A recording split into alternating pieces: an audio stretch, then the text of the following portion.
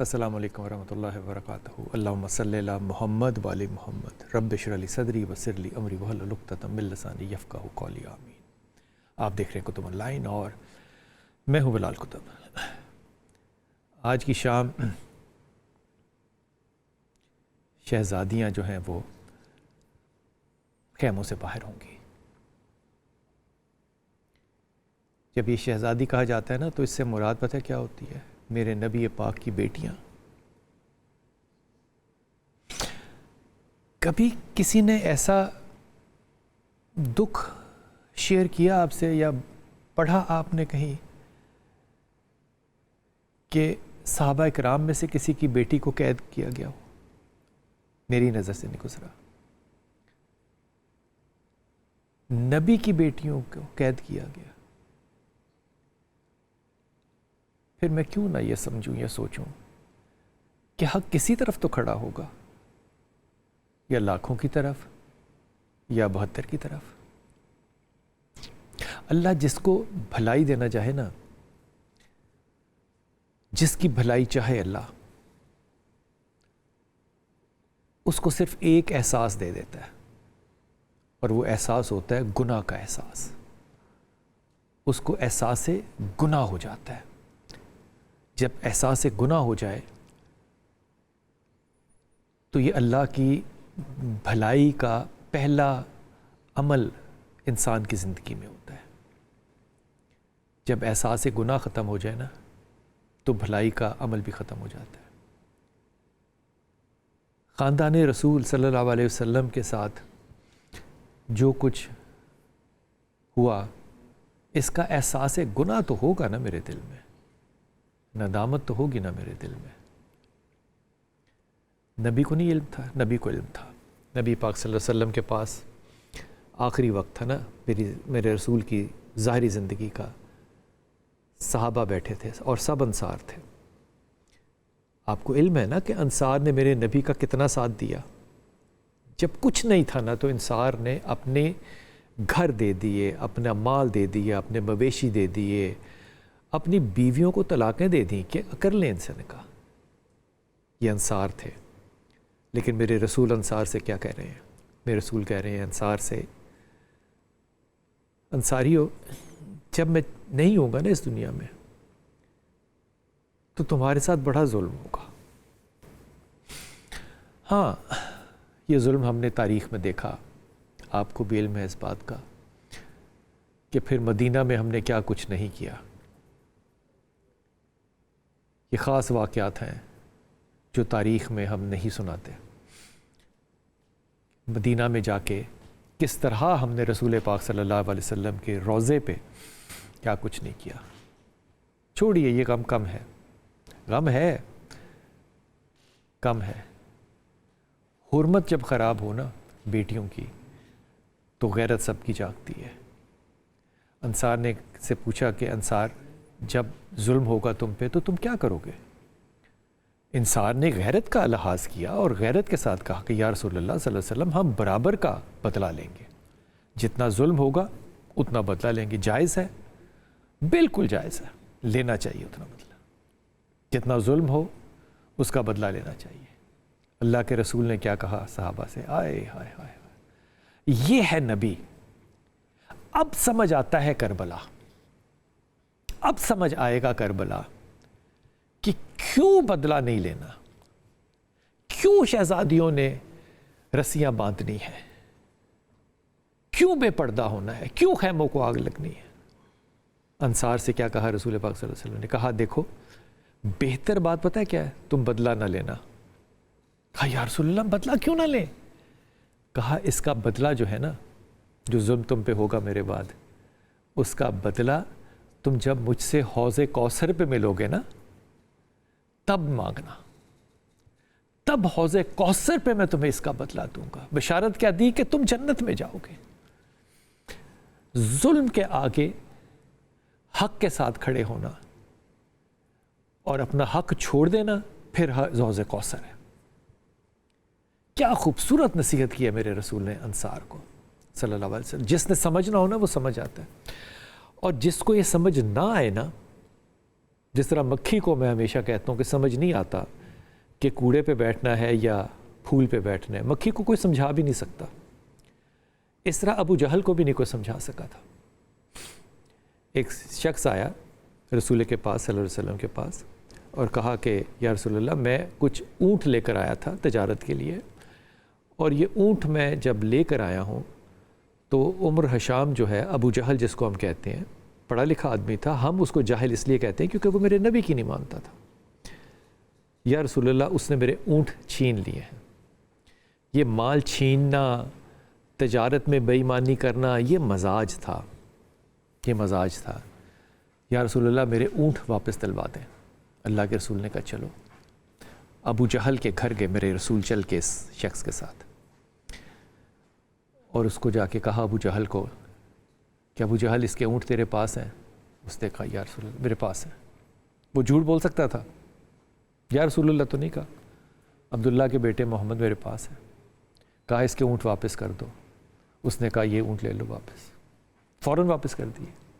مذاق ہے؟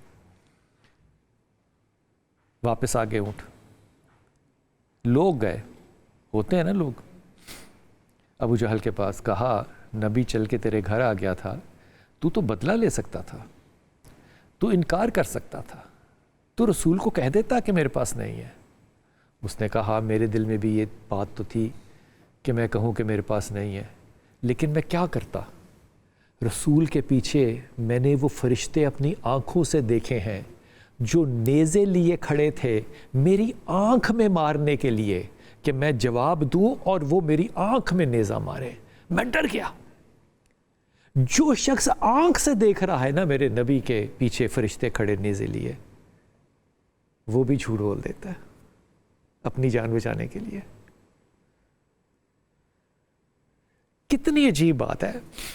یہ جو نام ہے نا حسن اور حسین، یہ کائنات میں موجود ہی نہیں تھے، اور کیا فرشتے نظر آنے ہیں آپ کو؟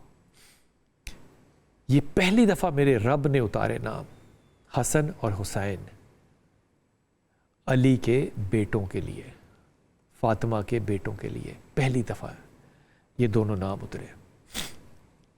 اور جب یہ نام اترے اور رسول پاک صلی اللہ علیہ وسلم نے علی سے کہا کہ یہ بیٹوں کے نام رکھو، پھر اللہ تعالیٰ نے، کیا خوبصورت بات، جس نے حسن سے محبت کی، جس نے حسین سے محبت کی، اس نے مجھ سے محبت کی۔ جس نے ان سے نفرت کی، ان سے کدورت رکھی، اس نے میرے سے کدورت رکھی۔ یہ میرا نفس ہے، یہ میرے ٹکڑے ہیں۔ اپنی بیٹی کو کہا بیٹا، جس نے فاطمہ سے دشمنی کی نا، اس نے نبی سے دشمنی کی۔ جس میں فاطمہ کی اولاد سے بغض رکھا، اس نے میرے سے بغض رکھا۔ کیا یہ نبی کی بات ہم تک نہیں پہنچی؟ یہ نبی کی بات ہم تک پہنچی ہے، یہ نبی کی بات ہم تک پہنچی ہے۔ حیا ہم نے کرنی ہے کہ ہم نے اپنے نبی کی کتنی تقلید کی ہے۔ غیرت کا تقاضا تھا شاید یہ کہ امام جب کربلا پہنچے تو وہ جو زمین تھی جہاں پہ آپ کو پتا تھا کہ شہادت ہوگی، یہ بنی اسد کی زمین تھی۔ بنو اسد یہ قبیلہ ہے۔ اس قبیلے کے پاس گئے میرے امام اور اس قبیلے کو کہا کہ یہ زمین جو ہے، جو سینکڑوں ایکڑ کی تھی، یہ ہمیں بیچ دو۔ امام اب تحفے میں لے لے، اس کو ہمیں بیچ دو۔ کتنے میں بیچو گے؟ اس کی جو رقم طے ہوئی وہ 60,000 درہم تھی۔ 60,000 درہم میرا امام دے سکتا تھا، دی۔ واپس آئے بہن کے پاس اور بہن کو آ کے کہا سیدہ میں 60,000 درہم میں اس زمین کا فیصلہ کر کے آیا ہوں۔ خرید بھی آتے تو بہن کو قبول تھا۔ بہن نے کیا کہا؟ کہا بھائی بہت اچھی بات ہے، اس میں 30,000 درہم جو ہیں آپ نے مجھ سے لینے ہیں۔ یہ جو کربلا ہے نا جہاں جاتے ہیں آپ، جہاں آپ سیدہ زینب کا ٹیلہ دیکھتے ہیں، جہاں سیدہ نے کھڑے ہو کے اپنے بھائی کو شہید ہوتے ہوئے دیکھا تھا، سیدہ نے کہا کہ بھائی اس میں 30,000 درہم میرے ہوں گے۔ پھر یہ فیصلہ کرنا تھا کہ یہ زمین جب ہم نے خرید لینی ہے تو یہ کس کے نام پہ خریدنی ہے۔ سب کی رائے تھی، سیدہ زینب کی رائے پتہ کیا تھی؟ یہ اکبر کے نام پہ لی جائے گی، اس لیے یہ جاگیر اکبر کہلائی جاتی ہے۔ 60,000 درہم میں یہ ساری جاگیر جو ہے سیدہ زینب نے امام حسین کے ذریعے خریدی، اور پھر امام نے خریدنے کے بعد، رقم دینے کے بعد ایک وعدہ لیا بنو اسد سے، جو وعدہ وہ آج بھی پورا کرتے ہیں، ان کی پوری نسلیں پورا کرتی ہیں۔ اور وہ وعدہ کیا تھا؟ کہا کہ جب ہم لوگ یہاں پہ شہید ہو جائیں گے، گھوڑوں کے سم ہمارے جسموں کو روند ڈالیں گے، ہمارے سر ہمارے جسموں سے الگ ہو جائیں گے، تو تم لوگوں نے 2 کام کرنے ہیں۔ امام کیا کام کرنے ہیں؟ کہا ایک تو ہمارے جسموں کو اس مٹی میں دفن کر دینا۔ اسی لیے جب کربلا جاتے ہیں نا تو وہاں سے چھوٹی سی مٹی لے کر آتے ہیں امام کی یاد میں۔ اس میں میرے سیدہ کے بھی پیسے ہیں، میرے امام کے بھی پیسے ہیں، اور سب سے زیادہ میرے امام کا خون اس میں شامل ہے، ہمیں دفن کر دینا۔ یہ وعدہ لیا۔ پھر دوسرا وعدہ کیا لیا؟ دوسرا وعدہ یہ لیا کہ جب ہمارے غم میں لوگ زائرین یہاں پہ آیا کریں نا، تو تم لوگوں نے 3 دن ان کو مہمان بھی رکھنا ہے، ان کی خاطر بھی کرنی ہے، ان کی خدمت بھی کرنی ہے، ان کو پانی بھی پلانا ہے، ان کو کھانا بھی کھلانا ہے۔ یہ 2 وعدے بنو اسد سے امام نے اپنی شہادت سے پہلے لیے۔ اور کیا قبیلہ ہے یہ بنو اسد کا، خدا کی قسم آج بھی آپ جائیے تو یہ آپ کی خاطر اور خدمت جو ہے یہ اپنی اولاد سے بڑھ کے کرتے ہیں۔ حرمت، وعدہ اور حیا، یہ پہاڑ ہے مسلمانوں کا۔ اللہ بھی کہتا ہے نا، تم نے میری حیا نہیں کھائی تو اس کو دفن کر دو، یہ میری حیا ہی نہیں کھاتا۔ ایک فقیر آ گیا میری سیدہ فاطمہ کے پاس، اور اس نے کہا کہ کچھ ہے تو دیجیے۔ آپ کو پتہ ہے میری ماں سیدہ فاطمہ جو ہے صرف بمشکل 6 مہینے اس دنیا میں ظاہری طور پہ رہی تھی رسول کے بعد۔ گھر میں کچھ نہیں تھا۔ سلمان فارسی باہر دروازے کے بیٹھے ہوا کرتے تھے۔ سلمان کو آواز دی، اور سلمان کو ایک کپڑا لپیٹ کر دیا کہ جاؤ جا کے اس کو بیچ دو بازار میں، اور جو ملے اس کی حاجت کو پورا کر دو۔ سلمان آگے ہوئے تو سلمان نے پہچان لیا، سیدہ نے اپنی چادر جو تھی وہ طے کر کے دی۔ یہ چادر تدہیر ہے۔ سلمان نے ہاتھوں سے پکڑی ہوگی، سلمان نے سر جھکا دیا آگے، کہا اماں یہ میرے سر پہ رکھ دیجئے چادر۔ چادر لے کے بازار گئے، میرے نبی کی بیٹی کی چادر ہے یہ، اور چادر کو لوگوں کے پاس کہا کہ یہ لے لو۔ ایک یہودی نے چادر کو دیکھا، اس نے کہا سلمان ذرا مجھے یہ قریب سے دکھانا چادر، قریب کرو سر کو۔ ہاتھ نہیں لگایا۔ اس نے اپنی کتابیں کھولی، اپنی کتابوں میں نشانیاں پڑھیں، اور نشانیاں پڑھنے کے بعد اس نے کہا سلمان یہ چادر میں لوں گا۔ کہا ٹھیک ہے پیسے دے دو۔ اس نے کہا یہاں نہیں لوں گا، تم اپنے نبی کے پاس چلو، روضہ رسول پہ چلو، مسجد نبوی میں چلو میرے ساتھ، میں وہاں جا کے تم سے یہ خریدوں گا۔ مسجد نبوی میں پہنچے حضرت سلمان فارسی، سر پہ چادر لٹکائے ہوئے، صحابہ بھی بیٹھے ہوں گے وہاں پہ۔ وہاں پہنچ کے سلمان کو کہتے ہیں سلمان میں اس چادر کو ہاتھ نہیں لگا سکتا، یہ میری طرف سے ہدیہ لو، اور یہ جا کے اپنی مالکن کو، اپنی سرکار کو، اپنی آقا زادی کو میری طرف سے ہدیہ کر دو۔ میں صرف تمہیں یہاں پہ اس لیے لے کے آیا ہوں کہ میں تم لوگوں کو بتانا چاہتا ہوں کہ جس چادروں کی نشانیاں ہماری کتابوں میں لکھی ہوں تم کیسے مسلمان ہو گئے ہو؟ ابھی تو چند ماہ ہوئے تمہارے رسول کو گئے ہوئے، تمہاری بیویوں کی چادریں جو ہیں وہ بازاروں میں آ جائیں گی بکنے کے لیے۔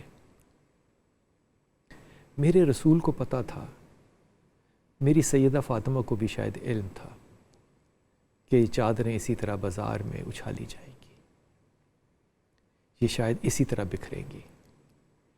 وہ لوگ جن کا وسیلہ دے کر، جن کا واسطہ دے کر ہم اپنی بیٹیوں کی زندگیاں بھی مانگتے ہیں، اور جب ان کو رخصت کرتے ہیں تو ان چادروں کا واسطہ دیتے ہیں کہ سیدہ زینب کی چادر کے صدقے میں، بی بی فاطمہ کی چادر کے صدقے میں یا رسول اللہ ہماری بیٹیوں کی حیا کو قائم رکھنا۔ کتنی قربانیاں دی ہیں ہماری ان سیدزادیوں نے اپنی چادروں کی، تاکہ اس امت کی بیٹیوں کی چادر جو ہے وہ حفاظت میں رہے۔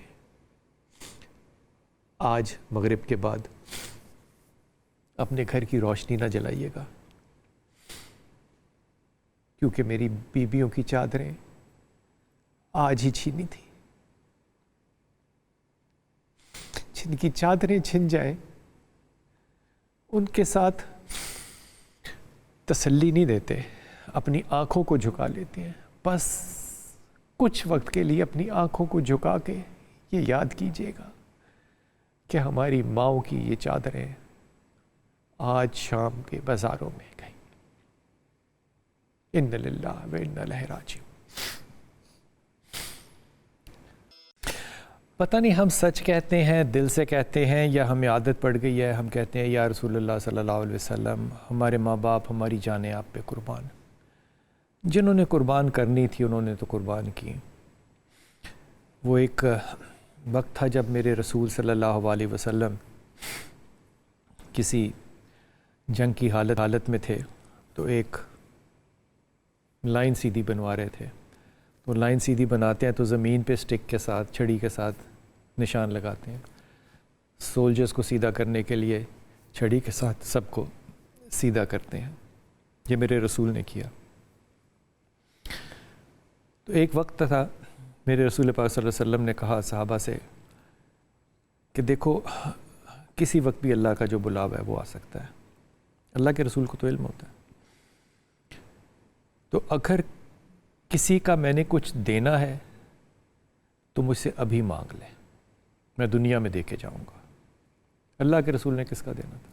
اللہ کے رسول نے تو کبھی زکوٰۃ نہیں دی، کچھ تھا ہی نہیں۔ اور اگر میرے سے کوئی زیادتی کسی کے ساتھ ہوئی ہے تو وہ مجھ سے بدلہ ابھی اس دنیا میں لے لے۔ آخرت میں یہ خدا کا سامنا نہیں کر سکتا کہ محمد صلی اللہ علیہ وسلم کہہ رہے ہیں کہ میں نے کسی کا کچھ دینا ہو یا مجھ سے کوئی اس دن حساب مانگ لے۔ کیا عاجز نبی ہے میرا، اللہم صلی اللہ محمد والے محمد۔ سب لوگوں کی آنکھوں میں آنسو آ گئے کہ یا رسول اللہ یہ آپ کیا فرما رہے ہیں؟ آپ کا تو رحم ہے ہم پہ، آپ نے تو ہماری زندگیوں کو بدل دیا ہے، ہم نے آپ سے کیا لینا ہے، ہم نے آپ سے کون سا بدلہ لینا ہے؟ ایک صحابی کھڑے ہو گئے، کہا یا رسول اللہ میں نے ظلم کا بدلہ لینا ہے، آپ نے میرے پہ ظلم کیا تھا۔ صحابہ روکنے لگ گئے، کیا کر رہے ہو؟ نبی ظلم؟ کہا نبی نے میرے پہ کیا تھا، میں اس کا بدلہ لوں گا۔ کہا ٹھیک ہے لے لو۔ کیسے ظلم کیا تھا؟ کہا وہ جب آپ چھڑی سے سیدھی کر رہے تھے نا لائنوں کو جنگ کے لیے، تو آپ نے میرے جسم پہ چھڑی ماری تھی سیدھا کرنے کے لیے، چھڑی درخت کی، میرے جسم سے میں بدلہ لوں گا۔ اللہ کے رسول نے چھڑی دی ایک اور کہا کہ ٹھیک ہے تم بھی مجھ سے بدلہ لے لو۔ اس نے کہا یا رسول اللہ ایسے تھوڑی بدلہ لینا ہے، جب آپ نے مجھے چھڑی لگائی تھی تو میرا جسم ننگا تھا، آپ نے میرے ننگے جسم پہ مجھے چھڑی ماری تھی، میں بھی آپ کے ننگے جسم پہ آپ کو چھڑی ماروں گا۔ اللہ کے رسول صلی اللہ علیہ وسلم نے اپنے کرتا مبارک کو اوپر کیا، کہا بدلہ لے لو۔ جب کرتا مبارک اوپر کیا تو صحابی لپکا اور میرے رسول کی کمر کو چومنے لگ گیا۔ صحابہ نے پوچھا یہ کیا کیا تم نے؟ اس نے کہا اتنا ہی تھا، بس یہی کرنا تھا، کیونکہ مجھے تو پتہ ہے نا کہ میرے اعمال کافی نہیں ہیں، اللہ پوچھے گا تیرے اعمال میں کیا ہے، تو کیا لے کر آیا میرے پاس؟ تم لوگ اللہ کے صحابی ہو، قریب رہتے ہو، روز دیکھتے ہو، ہم دور رہنے والے غریب غربا لوگ، میرے پاس ایک عمل ہوگا اور میں اللہ کو کہوں گا کہ اللہ تو مجھے دوزخ کی آگ میں نہیں ڈال سکتا، ان لبوں نے تیرے نبی کو چوما ہے، اس جسم نے تیرے نبی کو جپھی ڈالی ہے، یا اللہ تو اس کو کیسے آگ میں ڈال سکتا ہے؟ تو میں نے تو اپنی مغفرت کی ہے۔ یہ محبت ہے نا، جب اولاد نبی سے بھی محبت تھی نا صحاب کو، تو وہ صحابی ہے نا جابر عبداللہ انصاری، یہ حدیث قصہ کے راوی ہیں، یہ پہلے مجاور تھے امام حسین کی قبر کے، یہ کربلا میں نہیں تھے کیونکہ یہ سفر پہ تھے، یہ باہر تھے، ان کو نہیں پتا تھا کربلا کا۔ جب یہ واپس آئے تو ان کو پتا چلا کہ کربلا جو ہے وہ رونما ہو گیا۔ ان کو بہت دقت تھی، اپنے میں تھا نہیں، قبر حسین پہ بیٹھے، وہ مٹی کا ٹیلہ، مٹی کے ٹیلے پہ بیٹھے روتے رہتے تھے، بہت غم کرتے تھے، اتنا روتے اتنا روتے اتنا روتے، آنکھوں کی بینائی چلی گئی، اندھے ہو گئے، رو رو کے اندھے ہو گئے۔ پھر اندھے ہو گئے تو امام سے دعا کرنے لگ گئے، امام حسین سے، میں مجاور ہوں آپ کی قبر کا، اللہ سے دعا کیجئے کہ اللہ مجھے آنکھیں واپس کر دے۔ انسان تھے نا۔ ایک دن رات کو سوئے تو امام حسین خواب میں آئے، امام نے کہا جابر یہ دعا میں تیرے لیے نہیں کروں گا کہ اللہ تجھے آنکھیں واپس دے دے، یہ دعا میں تیرے لیے نہیں کروں گا۔ اب عقیدت یہ تھی کہ جابر نے یہ نہیں پوچھا کہ امام آپ تو غنی ہیں، آپ تو اولاد رسول ہیں صلی اللہ علیہ وسلم، میں آپ سے درخواست کر رہا ہوں کہ میری آنکھیں واپس کر دیجئے، آپ میری آنکھوں کے لیے کہتے ہیں دعا نہیں کروں گا، لیکن خاموش رہے، کچھ نہیں کہا، اسی طرح بیٹھے رہے، قبر کے اوپر صاف کرتے، قبر کو چومتے، دعا کرتے، جانوروں کو ادھر ادھر ہانگ لیتے تھے، بکریاں جو پالی ہوئی تھی وہیں پہ وقت گزارتے تھے۔ ایک دن وہاں پہ بیٹھے تھے تو آپ کو کچھ اونٹوں کے گھنٹیاں جو لٹکی ہوتی ہیں نا، ان کی آواز آئی، تو آپ نے اونچی آواز میں کہا کہ کون آ رہا ہے؟ آگے سے آواز آئی غریب الوطن، ایک غریب۔ تو جابر نے کہا آگے سے، کہا کہ دیکھو یہ راستہ نہیں ہے، تم نے کہاں جانا ہے؟ کہا ہم نے مدینے جانا ہے۔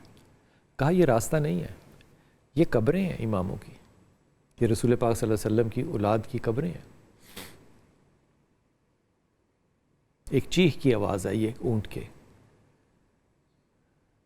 اس نے کہا یہ جابر یہ حسین کی قبر ہے جس کی تم رکھوالی کر رہے ہو؟ کہا امام کی قبر ہے، یہاں پہ اونٹ نہیں گزر سکتے، یہ قبرستان ہے، یہاں سے جس نے بھی گزرنا ہے وہ پیدل چل کے جائے۔ ادب ہے نا، سواری پہ نہیں جائے گا، ادب ہے، یہ راستہ نہیں ہے، یہ جاگیر خریدی ہے میرے امام نے، نیچے اتریں اور پھر یہاں سے اپنا راستہ مدینے کو لیں۔ جو چیخ کی آواز آئی تھی نا، وہ پھر رونے لگ گئی۔ جابر نے پوچھا، جس نے کہا تھا میں غریب الوطن ہوں، آپ کون ہیں؟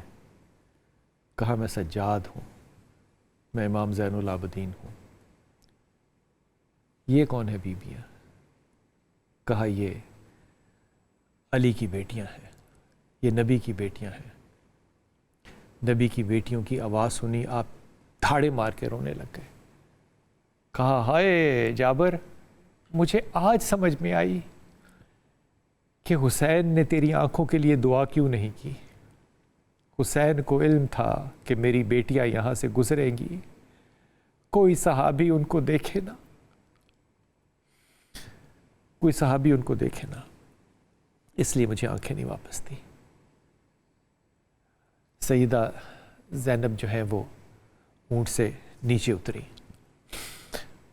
سیدنا سجاد کو بلایا اور کہا کہ میں پیدل جاؤں گی پہلے عباس کے پاس جہاں اس کی قبر ہے، پھر میں اپنے بھائی حسین کے پاس آؤں گی۔ آج بھی یہ روایت جو ہے نا یہ ایسے ہی ہے، جب آپ زیارتوں پہ کبھی جائیں نا، آپ خوش قسمت ہوں تو پہلے عباس کے جاتے ہیں، پھر وہاں فاتح پڑھتے ہیں، پھر عباس سے اجازت مانگتے ہیں، کیونکہ خیموں میں پہلے خیمہ جو تھا وہ عباس کا تھا، عباس کی اجازت کے بغیر خیموں میں کوئی نہیں جا سکتا تھا۔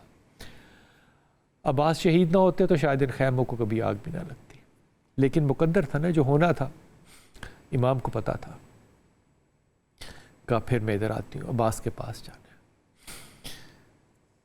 تو عباس، حضرت زینب جو ہے وہ انہوں نے جب کہا کہ نیچے اتارو مجھے اور مجھے لے کے جاؤ عباس کے پاس، تو سجاد کہتے ہیں کہ سیدہ آپ اوپر بیٹھی رہیں، میں آپ کو لے کے جاتا ہوں۔ سیدہ نے کہا سجاد نہیں، میں تو ساری زندگی یہ عباس سے کہتی رہی کہ عباس تو مجھے بہن کہے، عباس نے مجھے کبھی بہن نہیں کہا، وہ آقا زادی کہہ کے بلاتا تھا۔ آج پہلی دفعہ عباس کا حکم ہے جو یہ بہن ماننا چاہتی ہے۔ اس نے یہ حکم دیا تھا کہ یہاں سے کوئی سواریوں پہ نہ گزرے، یہ تقدس کی جگہ ہے، یہ راستہ نہیں ہے۔ سیدہ نیچے اتری اور پہلی دفعہ میری اس ماں نے شہادت کے بعد اس علمدار کا جو حکم تھا وہ مانا۔ اللہ تعالیٰ ہمیں بھی اپنے آقا کا حکم ماننے کا شرف بھی عطا کرے، ہمت بھی عطا کرے، غیرت بھی عطا کرے، شرم بھی عطا کرے اور توفیق بھی عطا کرے۔ آج کی شب سب دعا کیجیے گا کہ اللہ تعالیٰ ہمیں حر بننے کی توفیق عطا فرمائے، اگر کوئی کمی پیشی ہے تو اللہ ہمیں حر بننے کی توفیق عطا فرمائے، کیونکہ امام نے حر کے جانوروں کا پانی بھی نہیں روکا تھا، اس لیے حر کو اللہ نے توفیق دی کہ اس نے ہدایت پائی۔ اللہ ہمیں بھی ہدایت دے۔ جب خیمے جل گئے تھے نا، جب خیمے اکھاڑ دیے گئے تھے سید زادیوں کے، میرے رسول کی بیٹیوں کے، تو ایک ہلچل تھی، شور تھا، اور اس میں سیدہ زینب جو تھی وہ ڈھونڈتی پھر رہی تھی سیدہ سکینہ کو، اور سکینہ کہیں نہیں مل رہی تھی۔ گمان یہ کر رہے تھے سب یا سکینہ کو جلا دیا گیا، مار دیا گیا، اٹھا لیا گیا، ہر طرح کے وہم و گمان دل میں آ رہے ہوں گے نا ماں کے کسی کے۔ سکینہ کہاں گئی، سکینہ کہاں گئی؟ پھر سیدہ کو خیال آیا سکینہ بابا کے پاس گئی ہوگی، وہ بابا جس کا سر تن سے جدا تھا۔ اور پھر وہ گئے، جب حسین کے لاشے کے پاس گئے تو سکینہ اپنے بابا کی لاش کے اوپر اسی طرح سینے پہ چمٹ کے لیٹی تھی جیسے وہ بابا کے ساتھ رات کو سویا کرتی تھی۔ جن کی بیٹیاں ہیں نا، وہ اس بات کو سوچ سکتے ہیں کہ بیٹی کو سینے سے لگانا کتنی ٹھنڈک ہوتی ہے۔ یہ بیٹی سیدہ زینب کا قافلہ جو ہے یہ پہنچتا پہنچتا پہنچتا پہنچتا دمشق پہنچا، اور آج بھی وہ گلیاں محفوظ ہیں جہاں سے ایک قافلہ دمشق سے گزرا تھا۔ یہ چھوٹا سا بازار ہے، تنگ بازار ہے، اس میں سے 2 اونٹ برابر نہیں گزر سکتے، ایک ایک اونٹ گزرے گا۔ یہ سید زادیوں کا قافلہ جو تھا یہ اس بازار سے گزرا دمشق کے۔ لوگوں کو نہیں پتا تھا کون ہے، ان کو خبر تھی کہ یہ باغی ہیں اور یہ قیدی بنا کے لائے گئے ہیں۔ لوگ چھتوں پہ چڑھ گئے، سڑکوں پہ کھڑے ہو گئے اور یہ قیدیوں کو دیکھنے لگ گئے کہ قیدی کون ہے۔ ایک مکان پہ بہت سی خواتین کھڑی تھیں اور وہ دیکھ رہی تھی، تو ایک خاتون نے جو مکان کی اونر ہوگی اس نے پوچھا یہ کون ہے؟ اس نے کہا یہ قیدی ہیں۔ یہ قیدی ہیں؟ ہاں یہ قیدی ہیں۔ اس نے فوراً اپنے گھر کے سب ملازموں کو اکٹھا کیا اور اپنے ملازموں کو اس نے چیزیں دیں، کھانے کی، پینے کی، کھجوروں، پانی دیا، چادریں دیں عورتوں کے لیے، چادریں دی عورتوں کے لیے، چادریں ہوتی تو شاید نہ لیتی. اور یہ سارا سامان جو تھا وہ ان قافلے والوں کو بھیجنا شروع کیا. کسی کو پانی پلا رہی ہیں نیچے اتر کے یہ عورتیں، کسی کو کھجوریں دے رہی ہیں، کسی کو کچھ اور دے رہی ہیں، کسی عورت کو چادر دے رہی ہیں. سیدہ زینب تک بھی یہ کھجوریں، پانی اور چادر پہنچی. اونٹ پہ بیٹھی تھیں، چھت پہ وہ عورت تھی. تو اب سیدہ زینب نے کو پوچھا اس نے کہ آپ لوگ کون ہیں؟ ہم قیدی ہیں. کہ آپ لوگ قیدی ہیں، تم یہ کیوں دے رہی ہو؟ اس نے کہا کیونکہ مجھے نصیحت بھی تھی اور وصیحت بھی تھی کہ جب یہاں سے کبھی قیدی گزریں تو ان کا حال پوچھنا، ان کو پانی دینا، ان کو کھانا دینا، جو بھی کر سکو ان کو دینا. کہا تم نے نصیحت کس نے کی؟ اس نے کہا میں ایک یہودی کی بیٹی تھی. پھر مدینے میں میں علی کی بیوی سیدہ فاطمہ کے ہاتھ پہ میں نے اسلام قبول کیا اور میں انہی کی خدمتگار ہو گئی. اور جب میں ان کی خدمتگار ہوئی تو میرے ذمے بچے پالنا تھا. ان کے بچے 3 تھے، حسن تھا، حسین تھا اور زینب تھی، اور میں ان کو گود میں کھلایا کرتی تھی. اور ان کی ماں نے مجھے کہا تھا کہ دیکھو کبھی قافلہ گزر رہا ہو نا کوئی قیدیوں کا تو ان کا بڑا دھیان کرنا. ہاں پھر میں وہاں سے چلی گئی، پھر ہم یہاں آ گئے، دمشق میں آ گئے. تو مجھے وہی بات یاد تھی اپنی آقازادی کی کہ جب کوئی قافلہ گزرے تو اس کا خیال رکھنا. کہا اچھا اس سید زادی کے ساتھ تم نے وقت گزارا، بچوں کو پہچانتی؟ اس نے کہا نہیں، اس وقت تو میری گود میں تھے، میں نہیں پہچانتی. اس نے کہا کوئی ایسی بات، تم نے ہمارے لیے اتنی خدمت کی ہے، کوئی ایسی بات جو کہ میں تمہارے لیے کر سکوں؟ اس نے کہا آپ قیدی ہیں اور ہم نے سنا ہے قیدیوں کی دعائیں قبول ہوتی ہیں، آپ دعا کریں کہ میں حسین سے اور زینب سے مل سکوں.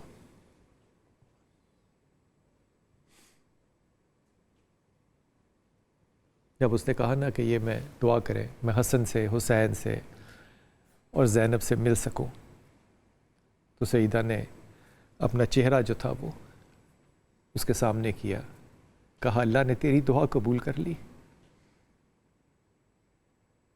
یہ زینب ہے تیرے سامنے اور وہ نیزے پہ قرآن پڑھتا ہوا حسین، جا مل لے تو ان کو. جب ہر شے کا علم ہو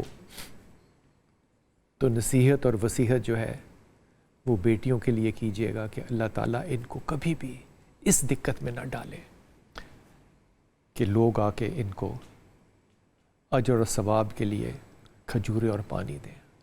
اللہ سب بیٹیوں کو ان چادروں کے صدقے میں ہمیشہ حفاظت میں رکھے. آج دعا کا دن ہے، اپنی دعاؤں میں ہمیں بھی یاد رکھیے گا.